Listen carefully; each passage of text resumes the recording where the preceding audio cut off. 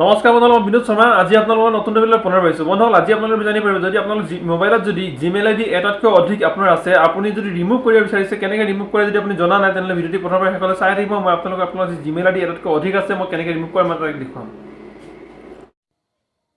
Gmail ID remove কৰিবলৈ হ'লে প্ৰথমত আপুনি মোবাইলৰ ছেটিঙত যাব।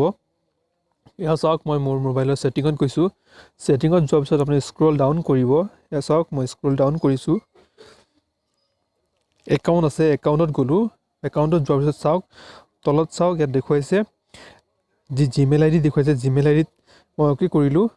চাওক, অ'কে কৰাৰ পিছত মোৰ ইয়াত 1 2 3 4 চাৰিটা জিমেইল আইডি শ্ব' কৰিছে। মই যিহেতু ডেমো দেখাবলৈ আপোনাক ইয়াতে জিমেইল আইডি এড কৰিছিলোঁ আৰু মই তলৰটো যিহেতু ৰিমুভ কৰিম, তলত মই ছিলেক্ট কৰিছোঁ।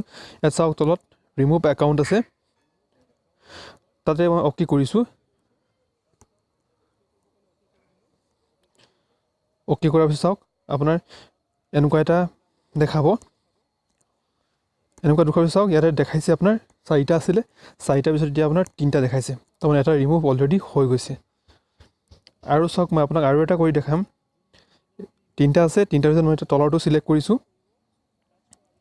আপুনি যিটো ৰিমুভ কৰিব সেইটো আপুনি যিটো আইডি ৰিমুভ কৰিব সেইটো আইডি আপুনি ছিলেক্ট কৰিব।